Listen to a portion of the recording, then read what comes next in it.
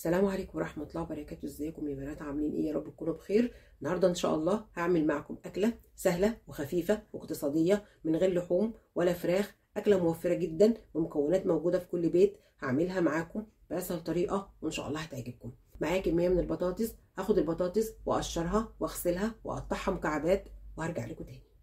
وبعد ما قشرت البطاطس غسلتها وقطعتها مكعبات ورجعت غسلت البطاطس تاني وحطيت عليها ميه. هاخد البطاطس وهرفعها على النار. حطيت البطاطس على النار وهسيب البطاطس لغايه لما تستوي تماما وهرجع لكم تاني.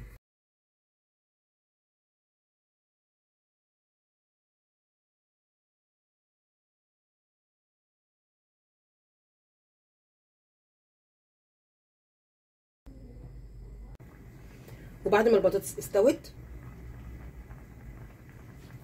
ما البطاطس استوت تماما هطفي النار. هصفي البطاطس من الميه.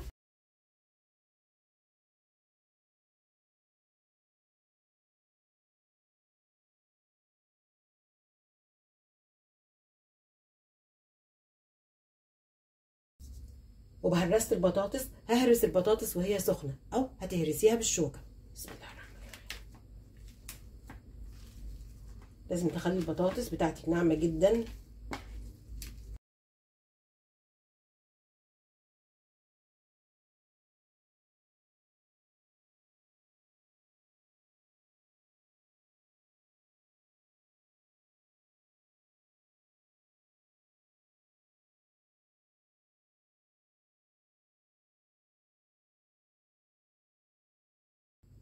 وبهرست البطاطس. هرست البطاطس وهي سخنه. هسيب البطاطس لغايه لما تبرد وهرجع لكم تاني. وبعد ما هرست البطاطس وسبتها لغايه لما بردت، والاضافات اللي هضيفها على البطاطس المهروسه عشان اطعمها معايا: معلقه صغيره بابريكا، نص معلقه صغيره فلفل اسود، معلقه صغيره من البهارات المشكله، ربع معلقه صغيره كمون، ومعلقه صغيره ملح، ومعايا كمان معلقتين كبار نشا. وعشان اطعم البطاطس معايا قطعتين من اللانشون مقطعهم قطع صغيره. هبدا بسم الله الرحمن الرحيم. هحط التوابل على البطاطس المهروسه. بسم الله الرحمن الرحيم. واللانشون والنشا. وهخلط المكونات كلها مع بعضها. بسم الله الرحمن الرحيم.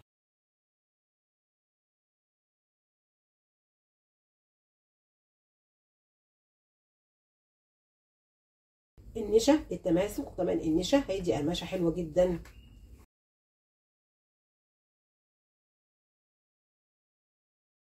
خلطت البطاطس المهروسه مع باقي المكونات كويس جدا. وعلى كيس تلاجة فتحته هفرد البطاطس.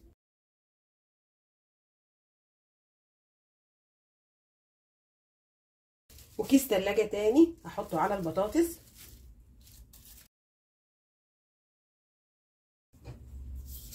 وهفرد البطاطس. بسم الله الرحمن الرحيم.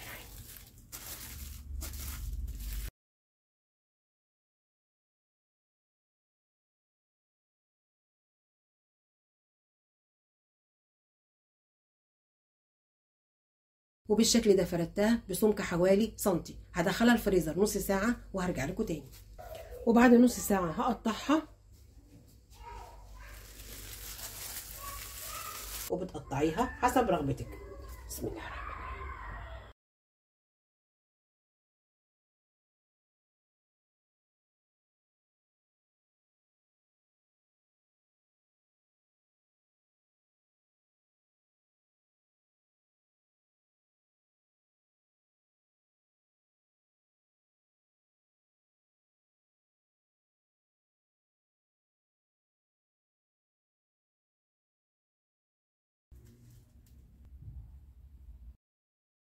وده شكلها بعد ما قطعتها. هحطها في طبق. بسم الله الرحمن الرحيم.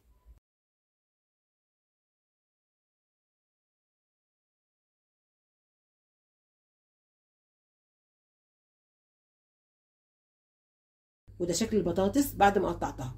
وهتقطعيها حسب رغبتك. واخر حاجه هعملها هغلف البطاطس. معايا حبيتين من البيض هحط عليهم ملح. بسم الله الرحمن الرحيم. وفلفل اسود. بسم الله الرحمن الرحيم. وهخلط البيض مع الملح والفلفل الاسود. بسم الله الرحمن الرحيم. ومعايا كمان كريسبي او فيجيتار او بقسماط. هغلفها الاول بالبيض. بسم الله الرحمن الرحيم.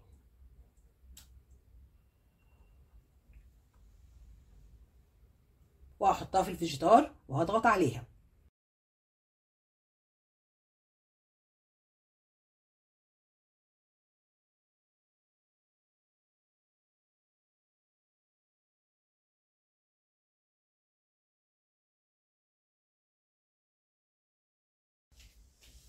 وبالشكل ده غلفتها بالكريسبي.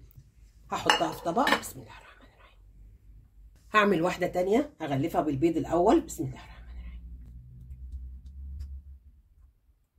وهحطها في الكريسبي. بسم الله الرحمن الرحيم. واضغط عليها.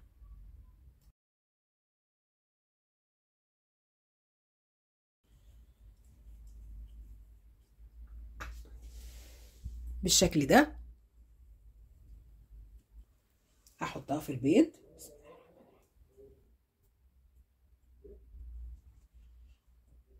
وهغلفها بالكريسبي.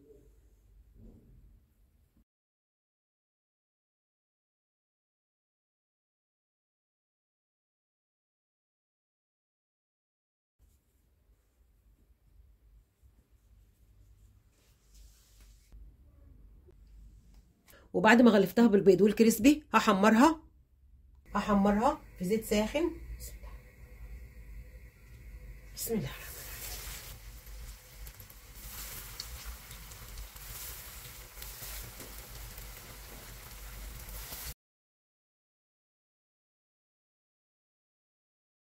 واول ما بتاخد اللون الذهبي من تحت بقلبها على الوش التاني. بسم الله الرحمن الرحيم. بسم الله ما شاء الله، لونها حلو جدا.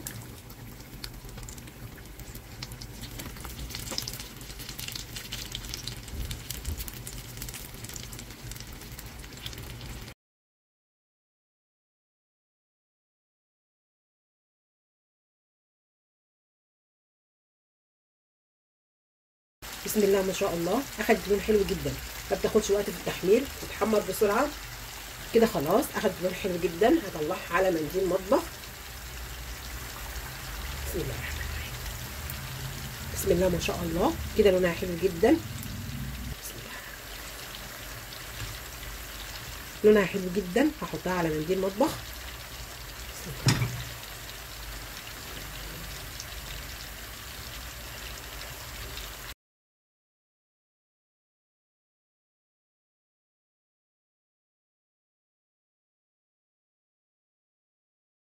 هحمر كميه تانية. بسم الله الرحمن الرحيم.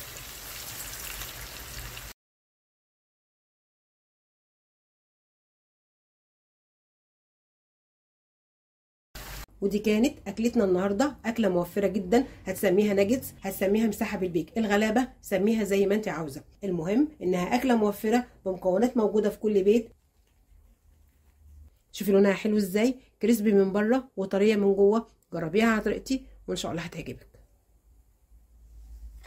وهتعملي جنبها بطاطس محمره وسلطه خضراء او مكرونه بالصلصه، وممكن كمان تفرزيها. يلا جربيها على طريقتي واعمليها لاولادك وان شاء الله هتعجبهم. ودي كانت وصفتي وخلصت حلقتي. يا رب يكون الفيديو بتاعي عجبكم، وما تنسوش تعملوا لايك وشير الفيديو واشتراك للقناه وتفعيل زر الجرس عشان يوصلك مني كل جديد. السلام عليكم ورحمه الله وبركاته.